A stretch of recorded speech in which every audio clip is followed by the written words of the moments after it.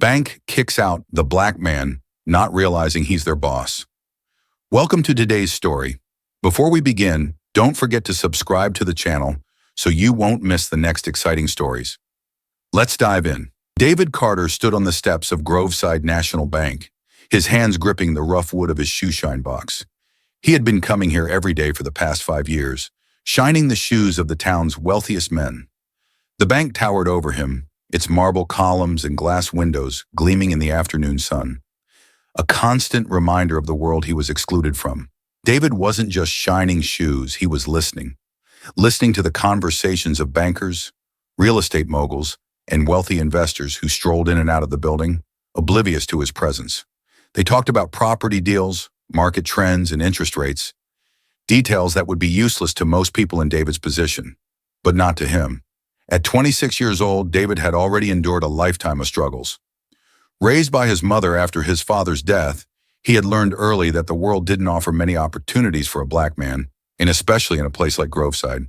His mother worked long hours as a housekeeper for one of the wealthiest families in town, and from a young age, David had learned to fend for himself. But he had dreams that were too big for Groveside. David's dream was to own property, to build something that would outlast him. He wanted to create opportunities for people like him, people who had been denied access to the world of wealth and power. One humid afternoon, as David shined the shoes of a prominent banker, he overheard a conversation that would change everything. Franklin Matthews, one of the wealthiest real estate owners in town, was discussing a new investment opportunity. "They're selling that old building on Maple Street," Franklin said, his voice casual. "It's a steal, but I'm not sure it's worth the trouble. Too much work to fix up, and the neighborhood's not exactly thriving." David's heart raced. The building on Maple Street had been abandoned for years, a once thriving business hub that had fallen into disrepair. But David saw potential where others saw decay. If he could get his hands on that building, it could be the start of something big. But there was one problem: money. David had saved what he could from his shoeshine business, but it wasn't nearly enough to buy the building outright. He would need a loan, and that meant facing the very people who had kept him out for so long. As Franklin and his companion walked away, David made a decision. He wasn't going to spend the rest of his life on his knees, shining shoes. He was going to own that building no matter what it took. The next morning, David walked into Groveside National Bank with a sense of determination he hadn't felt in years. He knew the odds were against him, but he also knew that if he didn't try, he'd never forgive himself. The banker, Mr. Billings, sat behind his desk, eyeing David with thinly veiled disdain. "What can I do for you today, Carter?" David cleared his throat, trying to keep his voice steady. "I want to talk about a loan. I'm interested in purchasing the building on Maple Street." Billings raised an eyebrow, clearly unimpressed. "And how exactly do you plan to pay for this?" "I've saved up," David said, trying to sound confident. "I have a small business, and I've been putting money aside for years. I need a loan to cover the rest." Billings sighed, leaning back in his chair. "Look, Carter, I appreciate your ambition, but let's be realistic here. That building is a money pit, and no bank is going to give a loan to someone like you for something like that." David felt his stomach drop, but he refused to let Billings see his disappointment. "Someone like me?" he repeated. "You know what I mean," Billings said, his tone dismissive. "You don't have the collateral, the experience, or the connections. I'm sorry, but it's not going to happen." David stood there for a moment, his heart pounding in his chest. He had expected resistance, but the bluntness of Billings' rejection stung. Still, he wasn't about to give up that easily. "Thank you for your time, Sherry," David said, forcing a smile. "I'll find another way." As he left the bank, David felt the weight of his dream pressing down on him, but he also felt something else: determination. Billings had made it clear that the system wasn't designed for people like him, but David had never let that stop him before. David's next move was bold. He reached out to Jacob Russell, a childhood friend who had become a lawyer. Jacob was white, and though they had remained close over the years, they both knew that their lives had taken very different paths. Still, David trusted Jacob, and he knew that if he had any chance of making this deal happen, he would need Jacob's help. One evening, David invited Jacob to his modest home for dinner. Over a meal of homemade stew, David laid out his plan. I want to buy the building on Maple Street, David said, his voice steady, but I can't get a loan. I need you to front the deal for me. Jacob frowned, setting down his spoon. You want me to pretend it's my purchase? Not pretend, David corrected. You'll buy it, and I'll be the silent partner. I've saved up enough to cover the down payment. Once we get it, we can renovate it together. You'll make money, and I'll finally have a piece of this town. Jacob leaned back in his chair, considering the proposal. This is risky, right? If Franklin Matthews finds out, he'll do everything he can to crush us. David nodded. I know, but I can't keep living like this, Jacob. I can't keep watching people like Franklin get richer while we struggle to get by. This is my chance. Jacob sighed, running a hand through his hair. All right, he said finally. I'll do it. But you better be ready for a fight.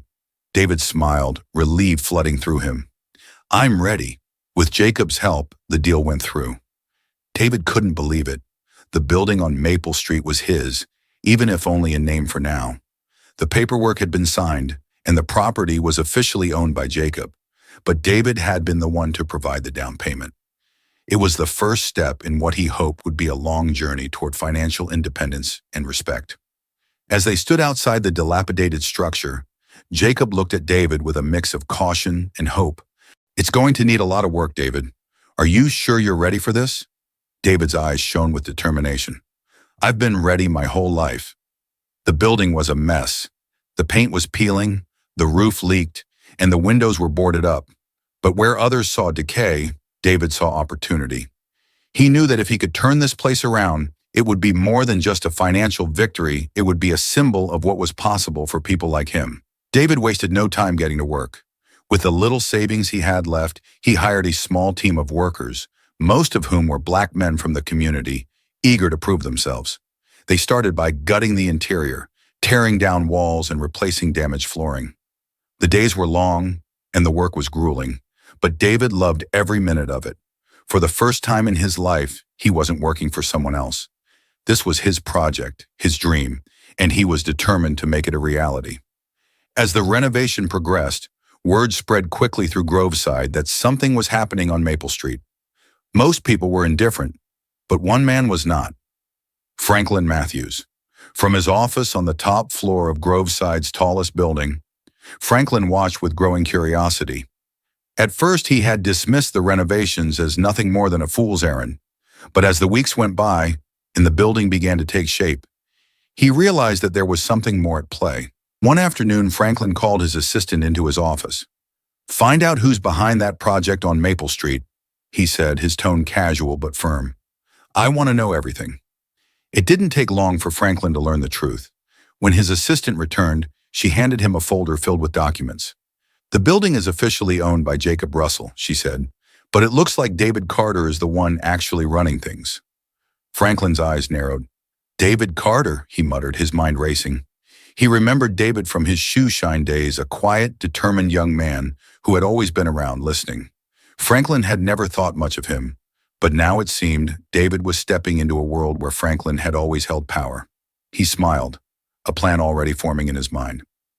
Let's see how long he lasts. The first sign of trouble came a few weeks later.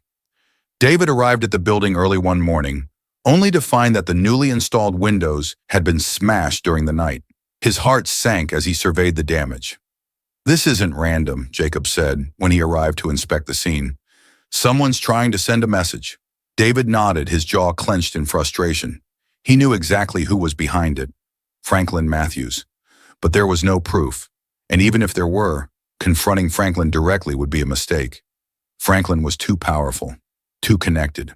We'll just have to keep going, David said, his voice hard with determination. They want us to give up, but we're not going to. The sabotage didn't stop with broken windows.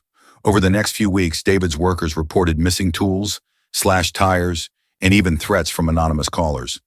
It was clear that someone wanted to derail the project, and they were willing to go to great lengths to do so. But David refused to back down. He doubled his efforts, working late into the night to keep the renovations on track. The community began to take notice, and slowly people started offering their support. Local businesses donated materials, and volunteers came to help with the labor. Despite the setbacks, the building was starting to come together. The walls had been painted, new windows were installed, and the floors were polished to a shine. It was a small victory, but for David, it felt like a turning point. As word spread about the challenges David was facing, something unexpected happened. The community rallied behind him. Black business owners, church leaders, and even some white residents who believed in what he was doing came together to offer their support. One evening, after a long day of work, David received a visit from Sarah Green, a prominent community leader and the pastor of the local black church. She had been following David's progress closely, and she had come to offer her help. "You're doing something important here, David," Sarah said, her voice filled with conviction. "This isn't just about a building. This is about showing people what's possible. You've got the whole town watching." David smiled, humbled by her words. "Thank you, Sarah. I just want to prove that we can do this, that we don't have to rely on people like Franklin Matthews to make things happen." Sarah nodded. "You've already proven that. Now let's make sure the rest of the town sees it too." With Sarah's help, David organized a community event at the building site. They invited everyone, black and white, rich and poor, to come and see the progress that had been made. It was a chance to show the town that this wasn't just a business venture, it was a movement. The event was a success. People from all walks of life came to see the building, and many offered their support. Donations poured in, and local businesses that had been hesitant to get involved now stepped up to help. Even the mayor made an appearance, shaking David's hand and praising his efforts. For the first time since he had started the project, David felt like he wasn't alone.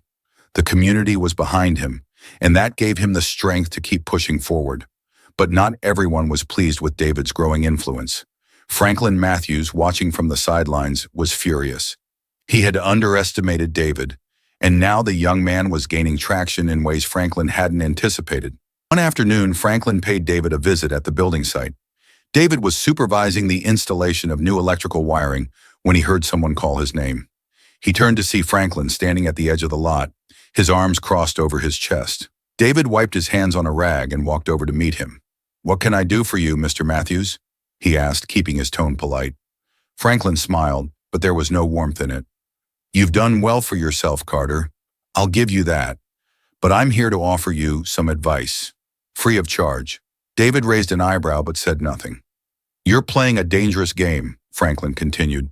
"You're stepping into a world that doesn't want you, and sooner or later, you're going to find out just how unforgiving it can be. Take it from someone who's been around long enough to know. You're better off staying in your lane." David felt his blood boil, but he forced himself to stay calm. "I appreciate the advice," he said coolly, "but I think I'll keep going." Franklin's smile faded, and for a moment, the two men stood in silence, the tension between them palpable. "Suit yourself," Franklin said finally, turning to leave. "But don't say I didn't warn you." As Franklin walked away, David stood there, his fists clenched at his sides. He knew that Franklin wasn't just offering advice, he was issuing a threat. But David wasn't about to back down. He had come too far to let Franklin Matthews scare him off. David Carter couldn't shake the memory of Franklin's thinly veiled threat. The words echoed in his mind as he stood outside the Maple Street building, surveying the progress. The renovations were moving faster than he'd anticipated, thanks to the overwhelming support from the community, but he knew Franklin Matthews wasn't going to back off that easily. Still, David refused to let fear slow him down. Each morning he arrived at the site ready to work, pushing himself and his crew harder. He wasn't just building a structure, he was building a movement, and it was beginning to take on a life of its own. One day, as he was organizing deliveries, Jacob approached him, concern etched on his face. "You need to be careful, David," Jacob said, his voice low. "I've been hearing things. Franklin's pulling strings behind the scenes, trying to block your progress." David nodded, but his expression remained determined.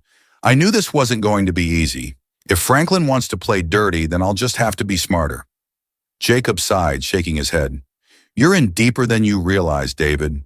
Franklin's got friends in high places, people who can make things really difficult for you." "I'm not scared of Franklin," David replied firmly. "I've come too far to back down now." Jacob looked at him for a long moment before nodding slowly. "All right," he said, "but just remember, you're not alone in this. If you need help, you've got it." David smiled, grateful for his friend's loyalty. "Thanks, Jacob. I'll keep that in mind. As the renovations neared completion, David was hit with his first major setback. One morning, as he arrived at the site, he found a notice posted on the front door. Stop work order. The city had issued a sudden halt to all construction, citing a list of violations that hadn't been mentioned before. David's heart sank as he read the notice. The violations were minor, things that could easily be corrected, but the timing was suspicious. It was clear that someone had orchestrated this, and David had a good idea who. He immediately called Jacob, who agreed to meet him at City Hall to sort things out. But when they arrived, they were met with bureaucratic resistance. The city inspector, a man named Paul Whitman, seemed less interested in solving the problem and more interested in making things difficult. "You're not going to get anywhere with this until those violations are corrected," Whitman said, his tone smug. "And that could take weeks, maybe even months." David clenched his fists, anger bubbling beneath the surface. "This is ridiculous," he said, his voice tight. "Those violations are minor and you know it. Someone's behind this." Whitman shrugged, clearly unconcerned. "I'm just doing my job, Carter. If you don't like it, take it up with the city council." David knew it would be pointless to argue further. He left City Hall with a sense of defeat gnawing at him, but he wasn't ready to give up. He and Jacob worked late into the night, drawing up plans to address the violations as quickly as possible. They knew that time was their enemy. Every day the work was halted. They were losing money and momentum. As the weeks dragged on, David felt the pressure mounting. The delays were eating into his savings, and the once solid community support began to waver. People started to wonder if the project would ever be completed, and David could feel their doubts weighing on him. But even in the face of adversity, David refused to quit. He threw himself into the work, overseeing every repair and correction with meticulous care. He was determined to prove that he could finish what he started, no matter how many obstacles Franklin Matthews threw in his path.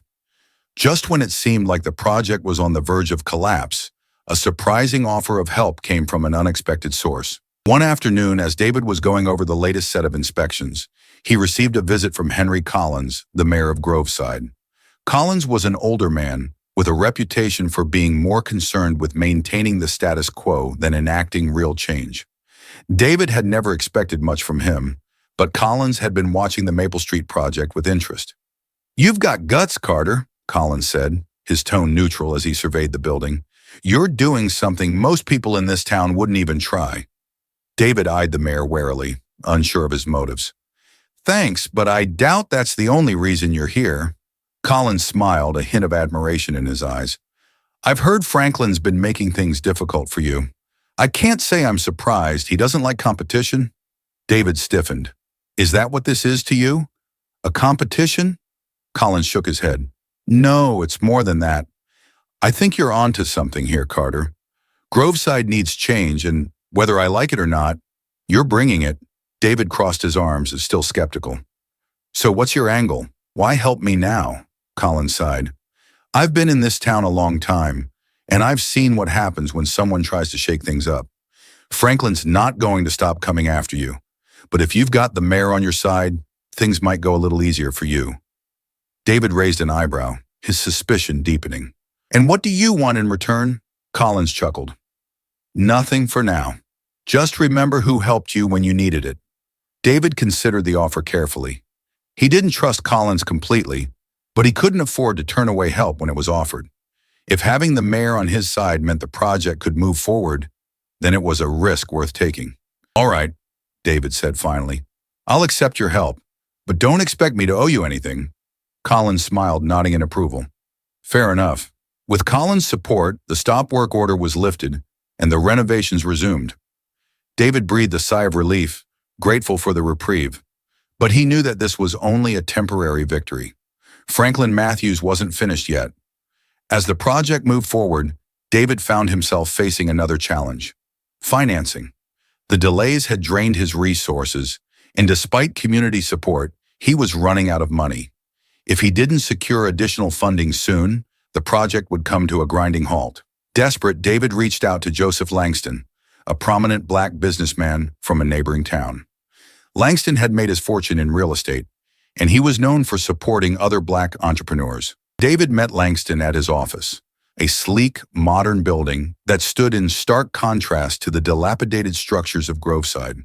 As they sat down to talk, David laid out his vision for the Maple Street project, explaining how it would provide opportunities for the Black community and transform the town. Langston listened carefully, nodding as David spoke. When David finished, Langston leaned back in his chair, his expression thoughtful. "You've got a good plan, Carter, but you're up against some powerful forces. Are you sure you're ready for what's coming?" David met his gaze, his voice steady. "I've been ready. I just need the resources to finish what I started." Langston smiled, impressed by David's resolve. "All right, I'll invest in your project, but there's one condition. I want a stake in the ownership." David hesitated, knowing that giving up a portion of ownership could complicate things. But he also knew that without Langston's investment, the project wouldn't survive. After a moment, he nodded. "Deal." With Langston's financial backing, the project was back on track. The renovations moved forward at a rapid pace, and David could finally see the light at the end of the tunnel. The building was beginning to resemble the vision he'd had all along, a thriving hub of Black-owned businesses and community spaces.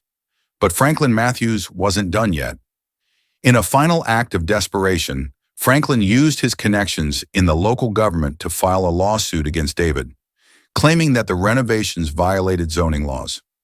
It was a blatant attempt to derail the project, and David knew it. The lawsuit was a serious threat. If Franklin won, the entire project could be shut down, and David would lose everything. But David wasn't about to go down without a fight. He immediately called Jacob, who agreed to represent him in court. The trial was grueling, with Franklin's lawyers throwing every legal obstacle they could find at David. They argued that the renovations were illegal, that David had violated building codes, and that the project was a danger to the community. But David and Jacob fought back, presenting evidence that the project was in full compliance with all regulations. They also highlighted the overwhelming support from the community, showing that the project was not only legal, but also necessary for the town's future. After weeks of arguments, the judge finally delivered his verdict. David won. The lawsuit was dismissed, and Franklin's efforts to stop the project had failed. David left the courthouse feeling a mix of relief and triumph. He had beaten Franklin Matthews at his own game, and now nothing stood in the way of completing the Maple Street building. Months later, the Maple Street building was finally finished. The grand opening was a celebration like Groveside had never seen. People from all over town came to witness the transformation, and the air was filled with excitement and hope. David stood on the steps of the building, looking out at the crowd. It was hard to believe how far he had come, from a shoe-shine boy listening to bankers' conversations to the owner of one of the most important properties in town. As he prepared to cut the ribbon, David smiled, knowing that this was only the beginning. He wasn't just opening a building, he was opening a new chapter for Groveside, one that would be written by people like him. With a quick snip of the scissors, the ribbon fell, and the crowd erupted in cheers. The Maple Street building was officially open, and David's dream had finally become a reality. In the months following the grand opening, the Maple Street building flourished. Black-owned businesses filled the space, and the building became a symbol of hope and opportunity for the entire community. David had proven that he could take on the system and win, but he knew that the fight wasn't over. There were still more buildings to renovate, more opportunities to create, and more challenges to face. But for the first time in his life, David felt like he was in control of his own destiny. As he stood on the balcony of the Maple Street building, looking out at the town below, David smiled. He had built something that would last, a legacy that would inspire future generations to dream big and fight for what they believed in. The Maple Street building became the talk of Groveside. What had started as a dilapidated structure on the edge of town was now a thriving center of commerce and community for Black professionals and business owners. The grand opening had made waves, and David Carter's name had become synonymous with resilience and determination. Every day, David would walk through the halls of the building, greeting business owners, shaking hands, and offering support. The success of the Maple Street building meant more than just personal achievement. It had become a symbol for others that change was possible. One afternoon, David sat down with Angela White, the owner of a small law firm that had just opened in one of the building's offices. "I wouldn't be here without this place," Angela said, her voice filled with gratitude. "You've given people like me a chance to build something we've never had access to." David smiled, but his thoughts were already moving beyond Groveside. If he could do this here, what would stop him from expanding to other towns and cities? His vision was growing, but he knew that with greater David's success with the Maple Street building hadn't gone unnoticed. Business leaders from nearby towns began reaching out, eager to learn how he had managed to navigate the challenges of financing, construction, and legal battles. David saw this as an opportunity he could expand beyond Groveside and replicate his success in other underserved communities. One evening, David sat down with Anna and Jacob to discuss his next move. "I think it's time we start looking at other towns," David said, his voice filled with quiet determination. "We've built something here, but there are other communities that need this just as much." Jacob nodded in agreement, but Anna's expression was cautious. "David, I believe in what you're doing, but expanding is a huge risk. You've already faced sabotage and legal battles. If we stretch ourselves too thin, we might not survive another attack from people like Franklin." David sighed, knowing that Anna was right. "I know it's a risk," he said, "but we can't let fear stop us from growing. I'm not saying we jump into anything without a plan. We take it step by step." Jacob leaned forward.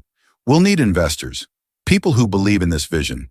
The Maple Street building was a success because of the community, but expanding will take more resources."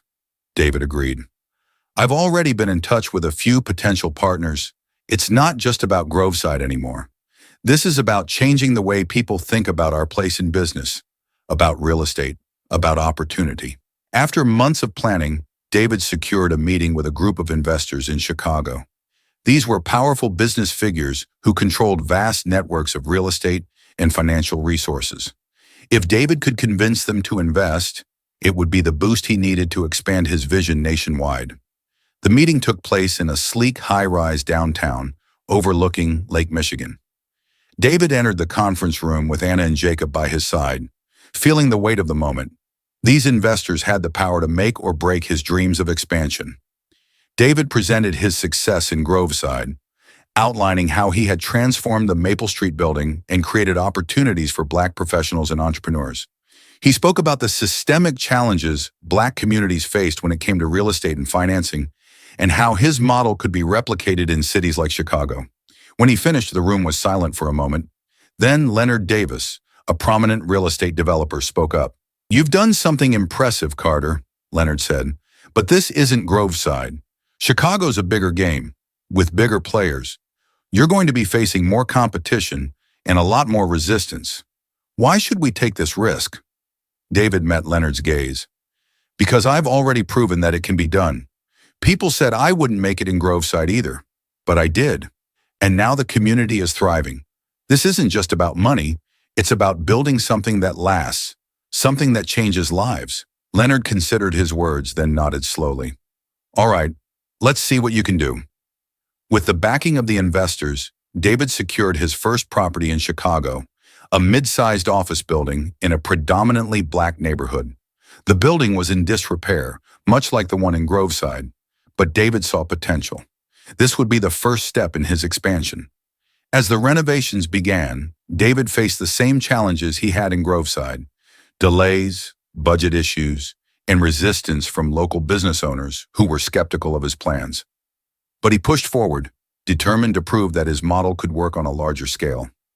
One afternoon, as David walked through the building with the construction crew, he received a call from Leonard Davis. "There's been some chatter in the real estate circles," Leonard said. "Franklin Matthews has friends in Chicago. He's been spreading rumors about you, saying you're reckless, that you're running a shady operation." David's stomach tightened. He had hoped that leaving Groveside would mean leaving Franklin's influence behind, but it seemed the man's reach extended farther than he had expected. "Let him talk," David replied, his voice steady. "We've got the investors, we've got the resources, and we've got the community. Franklin's just trying to scare us off." But as David hung up the phone, he couldn't shake the feeling that this was just the beginning of another battle. As the renovation of the Chicago building progressed, David found himself facing new challenges, this time from within the local Black community. Some business owners were resistant to his plans, feeling that his vision for the building didn't align with their needs. One evening, David met with a group of local leaders to address their concerns. Martha Jenkins, a longtime shop owner in the neighborhood, was particularly vocal. "I've been in this neighborhood for 30 years, Martha said, her voice sharp, "and I've seen developers come and go, promising big things, but they always end up pushing out the people who were here from the start." David listened carefully before responding.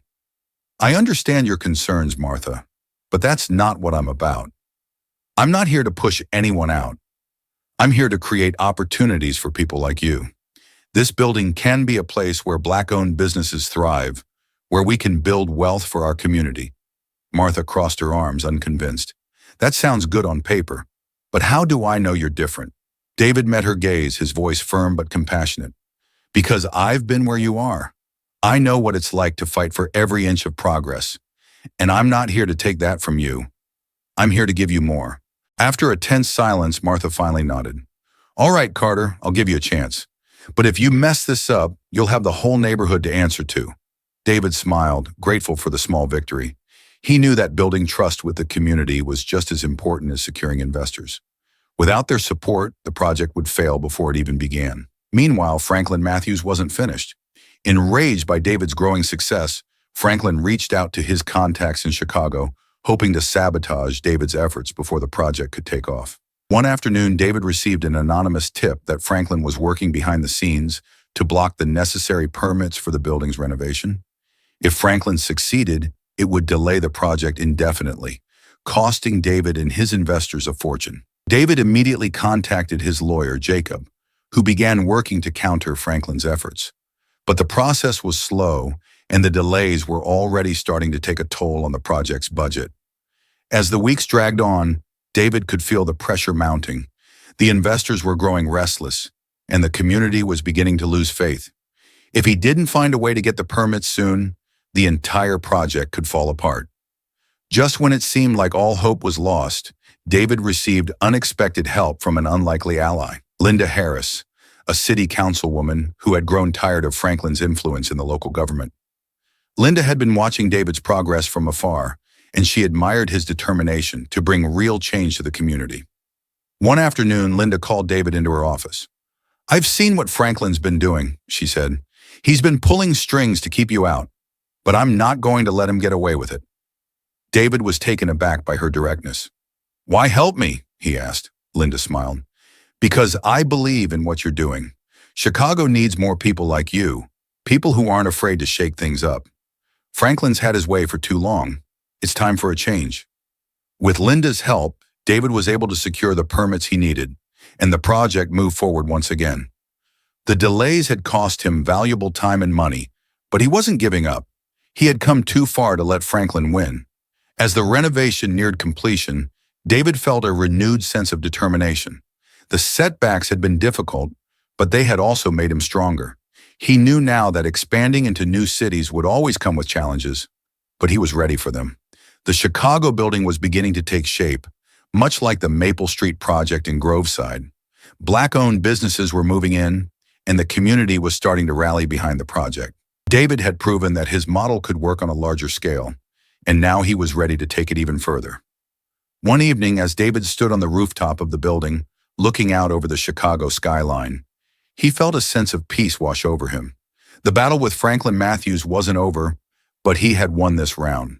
And with every victory, he was getting closer to his ultimate goal, a network of buildings across the country, providing opportunities for Black professionals and entrepreneurs.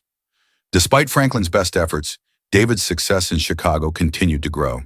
The building had become a hub for the local Black community, and the businesses inside were thriving. Franklin had failed to stop the project, and his influence on Chicago was waning. One day, David received a message from Leonard Davis, the investor who had taken a chance on him. "Franklin's pulling out," Leonard said. "He knows he can't win this fight. You've got the investors and the community behind you now." David smiled, feeling a weight lift from his shoulders. Franklin Matthews, the man who had once been his greatest adversary, was finally backing down. It was a victory that had been hard-won, but it was worth every struggle. With Franklin's influence finally diminished, David could focus on the future. He had proven that his vision could work, not just in Groveside, but in a major city like Chicago, and now the possibilities seem endless. David sat down with Anna and Jacob to discuss their next move. "We've done it," David said, his voice filled with quiet pride. "We've shown that we can expand beyond Groveside. But this is just the beginning." Anna smiled, her eyes filled with admiration. "What's next?" David leaned back in his chair, feeling a sense of excitement and anticipation. "We keep going. We find more cities, more opportunities, and we keep building." As he spoke, David felt a sense of purpose that he had never known before. He wasn't just building buildings. He was building a legacy of empowerment, resilience, and hope for future generations. With his success in Chicago solidified, David Carter's vision began to expand beyond even what he had originally dreamed. He was no longer thinking about single cities or isolated projects. He was thinking about creating a national network of buildings that would empower Black communities all over the country. David sat with Anna and Jacob in their newly renovated Chicago office. A map of the United States spread across the table in front of them, marked with potential new locations: Atlanta, Detroit, Houston, and beyond. "We can do this," David said, his eyes focused on the map. "We can create a chain of properties, each one providing opportunities for Black professionals and entrepreneurs. We can build something that spans cities, states, something that will last long after we're gone." Jacob, always the pragmatist, nodded. "We have the model now, and we've proven it works. But expansion on this scale is going to require serious investment, beyond anything we've secured so far." Anna looked thoughtful. "We've already attracted investors like Leonard Davis, but we'll need more. We'll need partnerships with financial institutions, even some federal support if we're going to take this nationwide." David leaned back in his chair, contemplating their next steps. "Then that's what we'll do. We'll find the investors, we'll get the support, and we'll make this happen. I want us to target cities that are struggling, places where Black communities are being left behind. We'll go where we're needed most."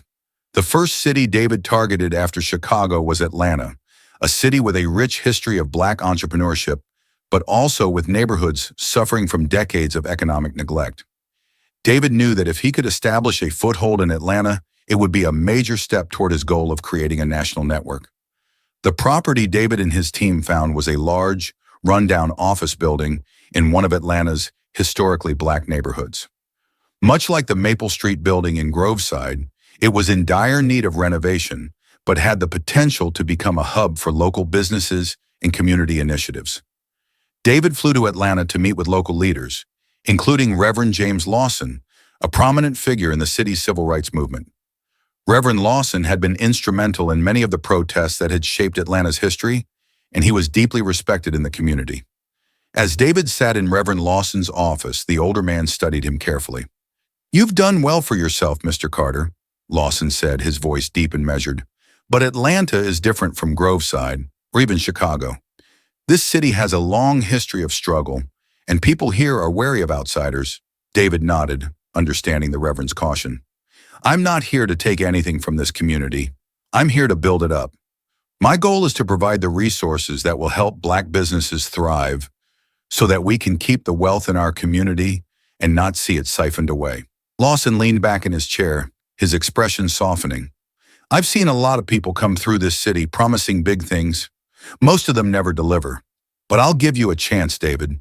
If you can prove that your heart's in the right place, the people of Atlanta will back you." David smiled, grateful for the Reverend's support. "I won't let you down." David knew that expanding into Atlanta was just the first step. To take his vision nationwide, he needed serious financial backing far beyond what his current investors could provide. That meant appealing to the country's largest banks and financial institutions, many of which had historically excluded Black entrepreneurs. David scheduled a meeting with Charles Sloan, the head of one of the largest banks in the country. Sloan was known for his sharp business sense and his willingness to take risks, but he was also a staunch traditionalist who had built his career on catering to wealthy, predominantly white clients. The meeting took place in Sloan's New York City office, a sleek, glass-walled space overlooking the bustling streets of Manhattan. David and Anna entered the room, feeling the weight of the moment. This was their chance to secure the funding that would take their vision to the next level. Sloan, a tall man with a stern expression, greeted them with a curt nod. "I've reviewed your proposal," he said, his tone businesslike. You've done well with your projects in Groveside and Chicago, but expanding on a national scale is a different game altogether. What makes you think you can pull this off? David remained calm, his voice steady. Because we've already proven that it works. We're not just building properties, we're building communities. We're creating opportunities where none existed before, and we're doing it in cities that have been left behind for too long. There's a demand for this, and we've got the track record to show that we can meet that demand. Sloan listened, his expression unreadable. And what do you expect from us? We need funding, David said plainly. We're looking for a partnership. We need capital to acquire new properties, to renovate them, and to bring in the businesses that will make these communities thrive. In return, you'll be part of something bigger, something that's not just about profit, but about making a lasting impact. For a moment, the room was silent. Then Sloan leaned back in his chair, his gaze thoughtful. You make a compelling case, Mr. Carter. We'll consider your proposal. It wasn't a guarantee, but it was enough to give David hope. As David awaited word from Sloan's bank, he moved forward with another project, this time in Detroit, a city that had been hit hard by economic decline and racial inequality. The property he acquired was an old manufacturing plant that had been abandoned for years, but David saw it as a prime opportunity to create a new space for businesses and affordable housing. However, Detroit proved to be a far more challenging environment than David had anticipated. The local government was slow to approve permits, and the community was fractured, with many residents feeling abandoned by both the city and developers who had promised revitalization but never delivered.